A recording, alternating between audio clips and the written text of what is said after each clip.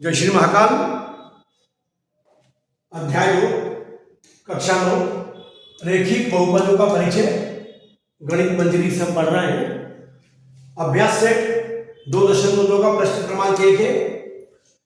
यदि निम्नलिखित शर्तें पूरी होती है तो रेखिक बहुपद 5x-3 का मान ज्ञात कीजिए। ठीक है, चलिए। कब कब?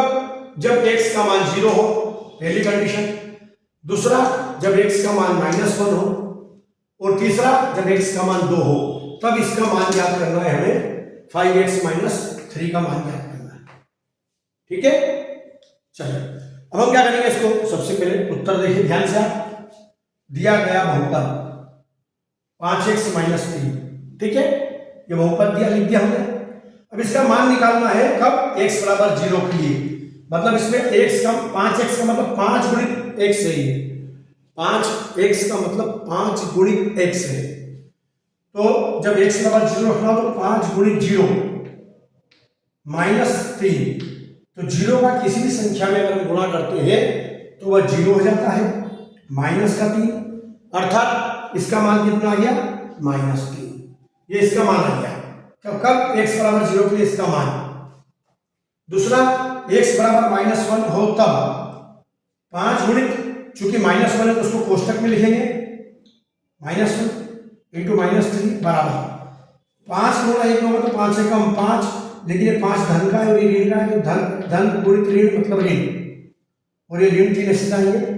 जब समान अंक होते हैं, चाहे दोनों धन के या दोनों ऋण के, तो वो जुड़ जाते हैं। तो जब ऋण 5 है और ऋण 3 है तो दोनों जुड़ जाएंगे, ऋण के 5 और 3 8 हो जाएंगे। क्लियर? ये दूसरा वाला मान आ गया आपका। जब x बराबर 2, तीसरी कंडीशन क्या पूछी उसने? x बराबर 2 के लिए। तो जब x बराबर 2 हो तब मान क्या होगा? 5 गुणित 2, 5 गुणित 2 -3, 5 गुनी 10 -3, 10 में से 3 गया तो क्या आएगा? 7। क्लियर? इस प्रकार से इस प्रश्न को आप ध्यान से करिए, आप आराम से कर पाएंगे, बहुत सरलता से। बस आपको कॉपी पेन लेना है, एक बार देख लो वीडियो, फिर मन से करने का प्रयास करो। फिर नहीं आए फिर वीडियो देख लो, फिर लिख के करो। तो जब तक आप गणित में लिख लिख कर नहीं करेंगे तो बेटा कुछ नहीं होना है। केवल ये पढ़ने से नहीं होगा, है ना, कि हमने केवल बस वीडियो देख लिया काम खत्म। नहीं, वीडियो देखो लेकिन उसको लिख के करो, है ना। नहीं तो कहते हैं गणित बेवफा, गणित बेवफा, आगे आगे रटो पीछे पीछे सफा।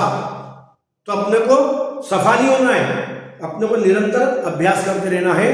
और यदि आपने गणित अच्छी तरह सीख लिया तो ये आपका जीवन बदल देगा, ये मेरी गारंटी है। क्योंकि दुनिया पूरी गणित पे टिकी हुई है। अर्थशास्त्र, गणित का शास्त्र। यदि आपके पास गणित नहीं है तो आपको आगे बहुत तकलीफों का सामना करना पड़ता है। इसलिए गणित में मजबूती करो, विषय में, शिक्षा में, ज्ञान में। और यदि आपने ये सब कर लिया तो एक बात ध्यान रखना, आपको अभी थोड़ा सा मेहनत लग रहा है, लेकिन आने वाले समय में आपका नाम बुलंद होगा। यदि आपने मेहनत की तो आपको लोग याद करेंगे और आप एक सर्वोच्च मुकाम हासिल करेंगे, लेकिन करना पड़ेगा आपको। ठीक है, थैंक यू।